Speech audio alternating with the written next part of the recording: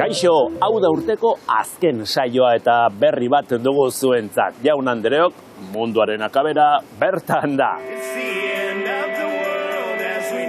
Txantxa dela pentsatuko duzue, baina ez erabat. Azken aldian mezu kasik apokaliptikoak entzuten ari gara sarritan. Ezagutzen dugun mundua azkenetan ote dagoen ez dakigu, baina zerbait pasatzen edo aldatzen ari dela garbi dago. Alarma guztiak piztu dituen gai bat landuko dugu jarraian. Mundua gelditzen ari da, txipik gelditzen ez delako. Baina zer da txip bat bizi algaitezke txipik gabe, non eta nola egiten dira? Hau da gaurko gaia, iritsi alda txipa aldatzeko garaia.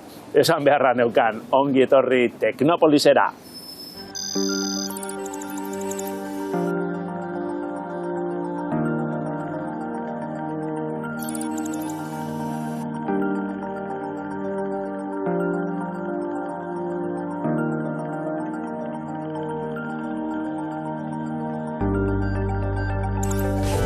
Zirkuitu integratua, lagunentzako txipa, material erdieroalez osatutako olata txiki bat da, eta horren gainean transistoreak, kondensadoreak, diodoak eta era guztietako gailu elektronikoak eraikitzen dira kablerik gabe konektatuta.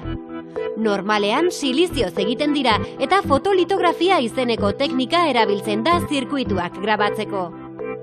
Olata txikia dela diogunean, txikia esan nahi dugu, 0,1 milimetro kubikorainoko txipak eraiki dira, hau da, hautsaren akaro baten tamainakoak. Zirkuitu integratu bat, amplifikadore, temporizadore, ordenagailuko memoria edo mikroprozesagailu gisa erabil daiteke. Horregatik inguruan dituzun ia aparatu guztiek txipak dituzte, gidatzen duzun autotik hasita, Teknopolis ikusten ari zaren pantailaraino. Baina txipak ez dira gero eta txikiagoak soilik, potenteagoak ere badira. Murren legearen arabera, 1975 geroztik, zirkuitu integratu batean sartzen diren transistoreen kopurua bikoiztu egiten da 2 urtez behin. Horrek esan nahi du, gero eta kalkulu konplexuagoak egin ditzaketela, gero eta azkarrago gainera. Gogoan duzueniak, gela oso bat hartzen zuen ordenagailu erraldoia, zure smartphonea hori baino 3000 bider potenteagoa da.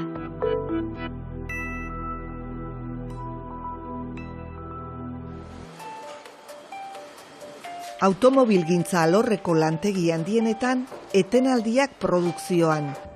Informatikaren alorrean, arazoak horniketan. 2021ko udazkenean indarra hartu zuen txipen krisiak, eta ondorioak oso arlo ezberdinetan izan ditu. Adierazle guztien arabera, 2022an krisiak segida izango du. Argibide bila Mondragon Unibertsitatearen informatika fakultatera jo dugu. Itzordua egin dugu Iban Barrutia ikertzailearekin. Doktore tesiari azken ukituak ematen ari den arren, tartetxo bat egin digu. Ingeniaria den aldetik txipak ondo ezagutzen ditu, baina gainera bere ikerketa lanean txip berri bat diseinatu du. Lehenik eta behin, erdieroaleen, transistoreen eta txipen arteko desberdintasuna azaltzea eskatu diogu. Bizi dugun egoera ulertzeko, zertaz ari garen ulertu beharko baitugu. Erdieroal berez materiala da. Gertatzen dena da, transistoreak material erdieroalez eginda darela, eta zirkuitu integratuak transistorez eginda darela. Orduan, naiz da erdieroalea hitza erabiltzen dugun, bai materiala, bai transistorea, bai txipa bera esateko, berez erdieroaleak esan nahi luke materiala bakarrik.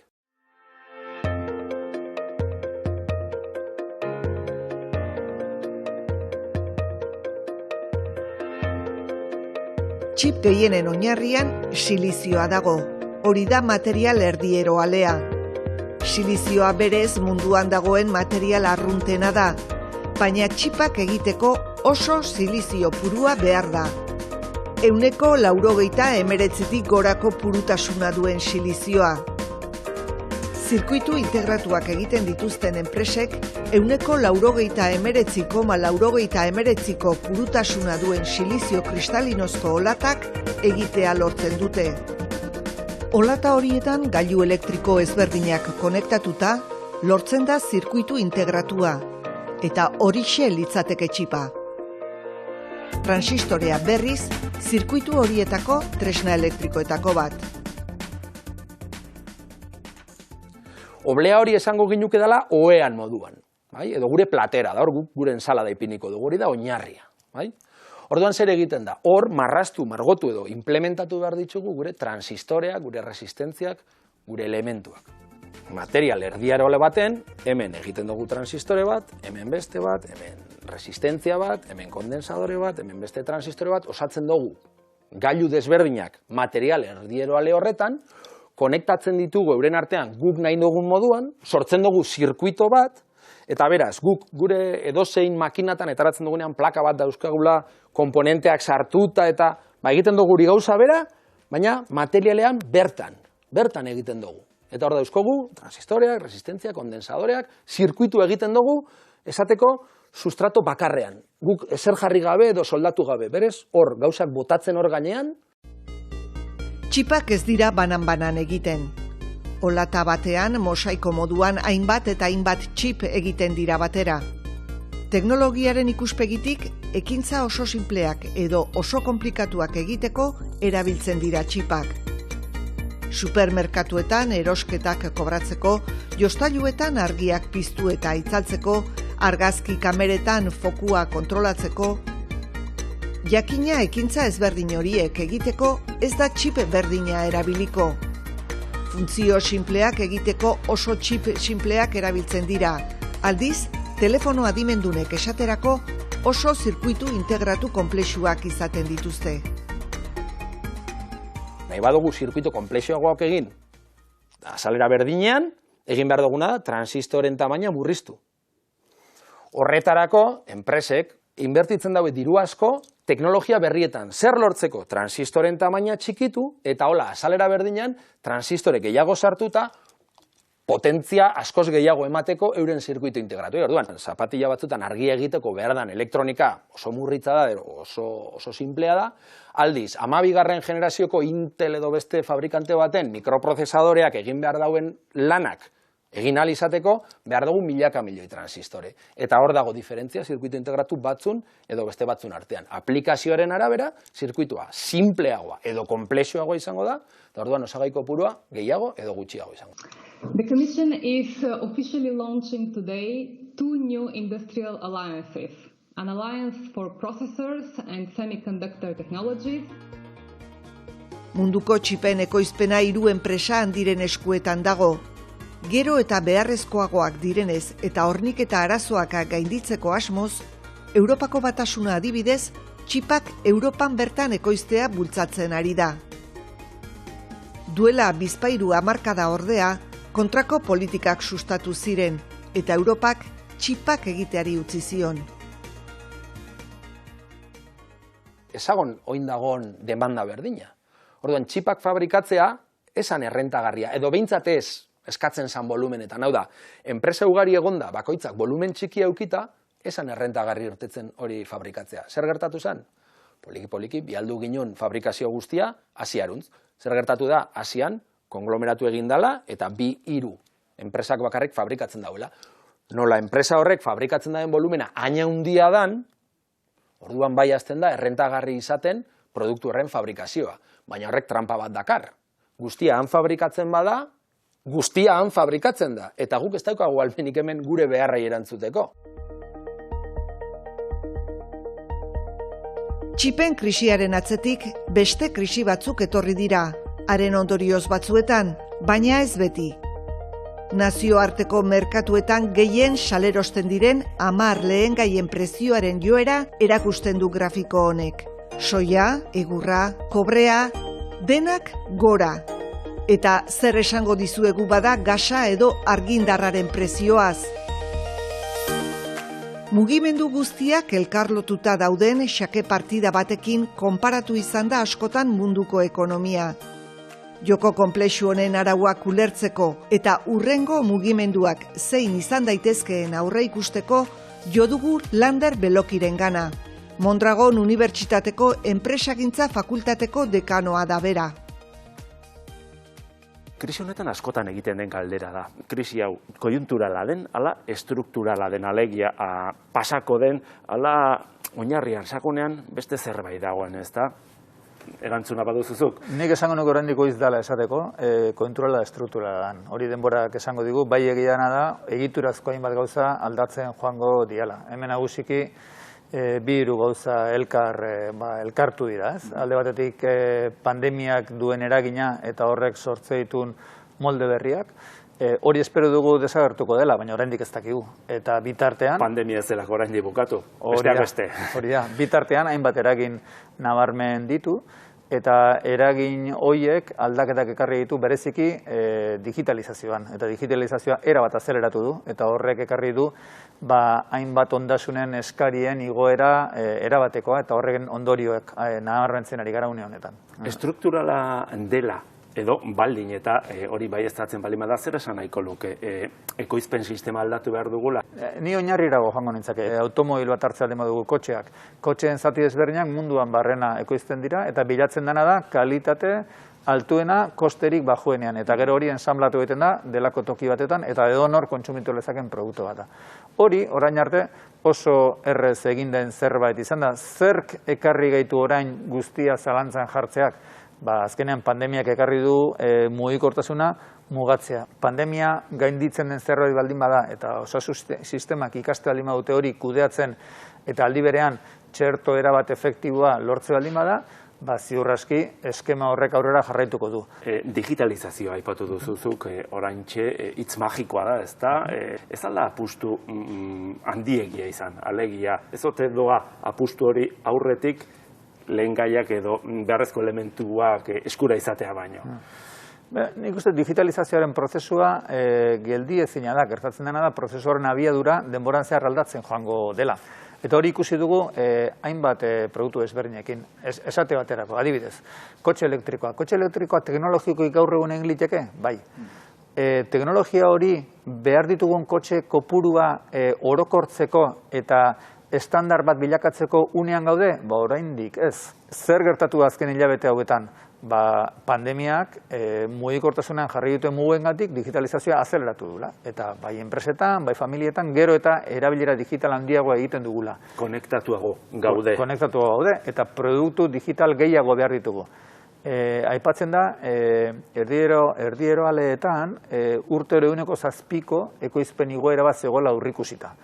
Eta horia 10% gora joan da. Eta hortik etorri da gaur egun dauzkagun arazoak, ez? Estuasunak. Arazo horri zerkin emango zaio erantzuna? Ziur aski planta produktibo gehiago jarriz eta dagon eskari berri horri erantzun bat emanez. Horrek arazo berriak ere ekarriko ditugu, adibidez material konkretuen eskaria asko onditu da, beren prezioak ere bai, eskaintza ez dagoelako beharrain bat, horiek bilatu beharko dira, ez? Lur arraroak, otir arraraz deitzen denak, eta dena delakoak, ez? Baina digitalizazioak ekartzituen abantailak, hain handiak denez, ekoizpenen ikuspuntutik, efizientzian ikuspuntutik, eskariak dituen beharren ikuspuntutik, harreman sozialak sustatu alizateko eta abar, horrek ekarriko duna da ekonomiaren digitalizazioa aurrera joango dela. Geldiezina dela, legia, ezta?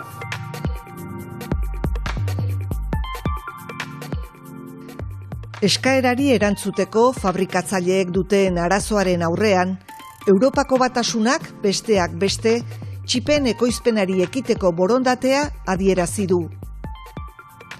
Baina borondatea aparte, txipak ekoizten hasteko makineria oso berezia behar da. Sistema integratuak egiteko behar diren olatak fabrikatzeko makineria munduan oso enpresa gutxik ekoizten du. Horietako bat da Holandako ASML, merkatuaren 60% berak hornitzen du. Inteleko mikro hauek fabrikatzeko 10 nanometroko makina batek, kostea dauka 200 milioi euro inguru. Fabrikatzen ditue urtean oso gutxi. Eskaria handia da. Beraz, lehenengo lortu behar dozuna da enpresa horrek zuri makina bat saltzea. Baina horrez gain materialen arazoa ere badago. Txiparruntak egiteko silizioa erabiltzen da, baina telekomunikazio alorrean erabiltzen diren txip berezituak egiteko beste erabateko materialak erabili ohi dira. Kalioa, indioa, fosforoa, lur arraroak deitutako metalak dira horietako batzuk. Txinaren esku dago munduko ekoizpenaren zatirik handiena, eta horiek lortzea oso estatu eta enpresa gutxiren esku dago. Txipak ekoizten hasteko gainditu beharreko azken arazoa langileen formazioa da. Hau oso garestia da. Olako prozesu bat bakarrik da errentagarria, volumen askotan saltzen danean, eta volumen askotako txip horrek onak irtetzen dianean. Ze hor, errore tasabe egoten da.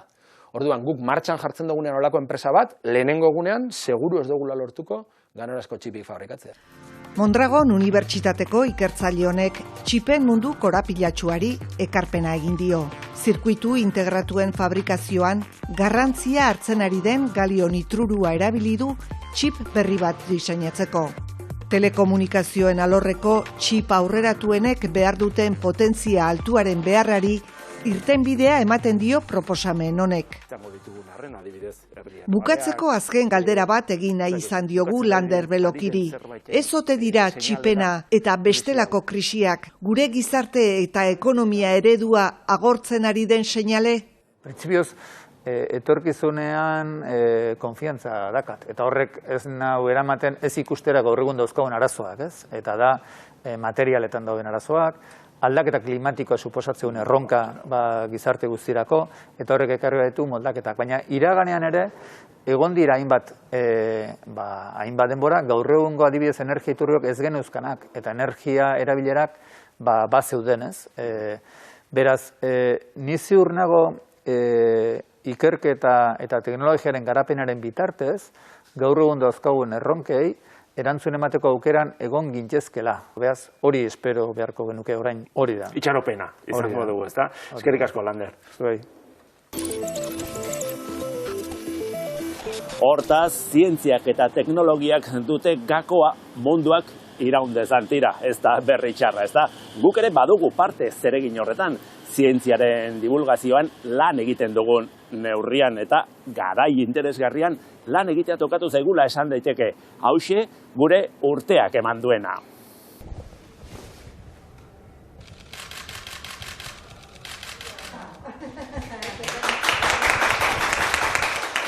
...2021 urte emankorra izan da zientziari dagokionez. Ondo, neongi nau. Urtarrilean zaharren egoitzetan zeuden 3. adinekoak eta osasun langileak txertatzen hasi ziren. Covidari aurre egiteko garai berri bati ekin zitzaion horrela, txertaketa masiboari. Pfizer, Moderna eta AstraZeneca txertoak eguneroko solasaldietako protagonista bihurtu ziren. Gurean ere, txertoa hizpide izan dugu. Besteak beste, txertoek osasun publikoan izan duten eta gaur egun oraindik duten garrantzia aztertu dugu. Bueno, no, es que antes era corriente. La tosferina, por ejemplo, yo creo que cogíamos todos, cuando éramos chavales. Poliomielitis, eta tuberculosis, hoy danak ezagutu ginen. Si no fuera por las vacunas, todavía tenemos sarampión y tendríamos muchas cosas que ahora mismo está todo radicado. Ajá. Entonces a mí la vacuna me parece que está bien. ¿Que ha salido pronto? Bueno, también han trabajado mucho, ¿no? Uste dut momentu batean gelditu behar dugula eta pentsatu, naiz eta izugarrizko egoera bizitzen ari dugun oso latza, eskerrak, oraingoz txertoak ditugula, gainera bat baino gehiago. Teknopolisek 2021 36 saio egin ditu. Eta denbora tarte berean, Euskal Autonomia Erkidegoan 12 urtetik gorako populazioaren 90% baino gehiago txertatu da. Covida hizpide nagusietako bat izan da jendartean eta noski gure saioan ere bai. Aldaerak, mutazioak eta sekuentziazioak bezalako kontzeptuak azaldu zizkigun Ana Galarraga, Elhuyarreko zientzia dibulgatzaileak, koronavirusaren gakoak atalean. Ez da bakarra izan, Euskal Herriko hainbat goi-mailako zientzialari eta ikertzailek ere bisitatu dute Teknopolis. Euskal Herriko Unibertsitateko Miren Basaras mikrobiologoa izan da horietako bat. divulgazioan egin duen lan onagatik, biologoen elkargo ofizialen kontseilu nagusiak eta biologiako dekanoen Espainiako konferentziak aitortza profesionalaren saria eman berri dio. Navigation has confirmed that the parachute has deployed. NASAren Perseverance ibilgailuak Marte hartu zueneko unea da hau. Koronavirusaren pandemiaren aurkako borroka lehentasuna izan da aurten, baina aldi berean beste arlo batzuetako zientzialariak ere lanean aritu dira gertaera historikoak lortzeko. Barnean 23 kamera eta 2 mikrofono ditu Perseverance ibilgailuak, Marteren historiako misio garrantzitsuenaren parte da, eta bere helburu nagusietako bat bizitzaren arrastoak bilatzea da. Hori guztia espazioan gertatzen den bitartean, hemen gure planetan kezka handitu da. Ikertzaileek argi adierazi dute Teknopolisen. Larrialdi klimatiko batean gaude, eta gizakiok eragiten dugun kaltea ez badugu nabarmen murrizten, etorkizun beltza du aurretik gure espezieak lur planetan. Klima aldaketari aurre egitea, bere inpaktuei itxoitea, baino askoz merkeago, iraunkorragoa eta gizarte mailan ere sozialki ere askoz hobeago izango dela. Ezin dugu klima aldaketari aurre ez egin eta bere inpaktuak jaso. Teknopolisen ere, goi mailako teknologia garatzen duten Euskal Ikerketa Zentroak berriztagarrien munduan murgilduta ikusi ditugu, ikerketak eta proiektuak burutzen. Naturari erreparatzea eta hark ematen diguna hobeto zaintzea eta aztertzea ere izan da urten hainbat ikertzaileren zeregina. Lan horien lekuko izan gara. Gero eta mundu teknologikoago batean bizi gara, eta Teknopolisen bertatik bertara ikusi dugu adimen eta ikusmen artifiziala gure egunerokoan txertatu direla. Horiek eragindako aurrerapenei buruz eta sortzen duten kezken inguruan ere asko hitz egin dugu aurten. Morroi teknologikoak eguneroko bihurtu zaizkigu, eta gurean euskaraz hitz egiten dutenak ezagutu ditugu. Kaixo, hau Microsoft da eta lan egiteko prest nago. Enpresa handiek garatzen dituzten bozgorailu adimendunak, euskaraz ez dauen eziten, itxoin biharrian beraiek hori iteko eta jakin gabe noiz baitingo dauen ere, pentsatu genuen, gu geuk heltzia proiektu horri. Hey Microsoft, berri laurpena. Dira, egunero azoketan postuak dituzten saltzaile asko. Zientziaren esparruan berdintasunaren aldeko bideak jorratzen jarraitu da. 2021 honetan jakin dugu, konfinamendu garaian, emakume zientzialarien produkzio zientifikoa nabarmen jaitsi zela. Denok etxean egon ginen garaian, emakumeak arduratu zirelako batipat zaintza lanez. Generoak eta beste gizarte baldintzatzaileek osasunean duten eragina ere, urteko gaien zerrendan izan dugu Teknopolisen. Generoak bestelako baldintzatzaile batzuk moduan eragin kristolakoa dauka osasunean, ez? Ez bakarrik zenbat urte bizi garen, badakigu bizitzaropena ezberdina dela gizon eta emakumezkoen artean, baino osasuna emakumeena okerragoa da. Eta horrek ere dauka erlazioa erabatekoa generoarekin. Naturaren indarra ere ozen nabaritu da urten. Gure ingurutik urruti xamar gertatu den arren, sumendiak esnatzen ikusi ditugu. Ikasteko ere balio izan diguten irudi ikusgarri bezain arriskutsuak utzi dizkigu. Eta urtea amaitzeko begiak berriro ere espaziora begira jarriko ditugu. Mende laurdeneko itxaronaldiaren ondoren eta urtetako atzerapenarekin bada ere, badirudi begi berri bat izango dugula unibertsoa behatzeko.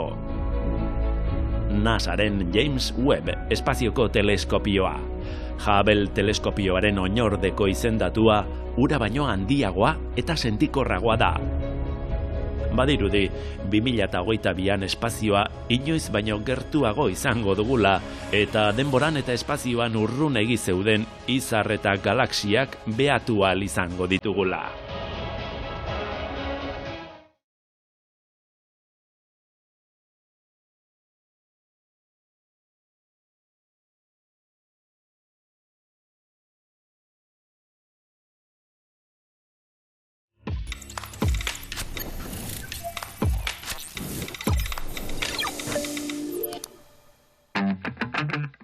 Egun hauetan hala ere izarrak nonahi ikusiko ditugu. Izan ere, egu berrietako ikur protagonistetako bat dira. Munduko gabonetako zuhaitz handienak ere badu bat puntan edo tontorrean esango genuke. Izan ere, Italiako Gubbio herrian dago eta mendi magalean jartzen dute. Iaz, Guinness liburuan sartu zen. Egia esan, gabonetako apaingarriak ikusgarriak izaten dira leku batzuetan, ikusi bestela.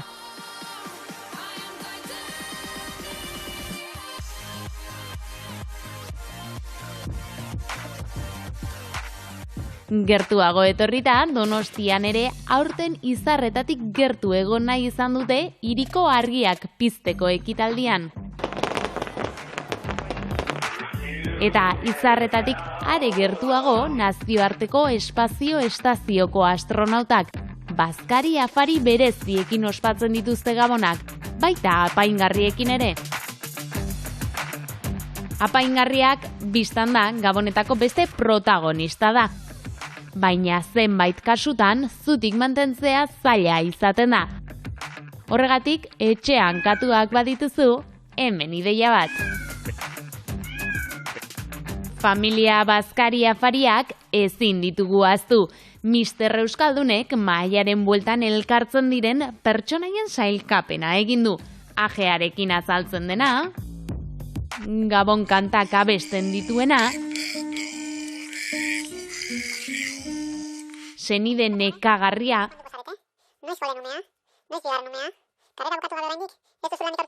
goseti datorrena, eta egarri datorrena. Pertsonaia horietan nor zarazu? Zorionak eta urte berri on guztioi. Tira, badirudi mundua ez dela bukatuko momentuz. Eta bukatzeko beste berri on bat ere badaukagu. Teknopolisek segi egingo du datorren urtean ere. Guretzat berri ona da. Zuentzat hala izatea espero dugu. Oporren bueltan ikusiko dugu elkar. Agur, ondo ibili!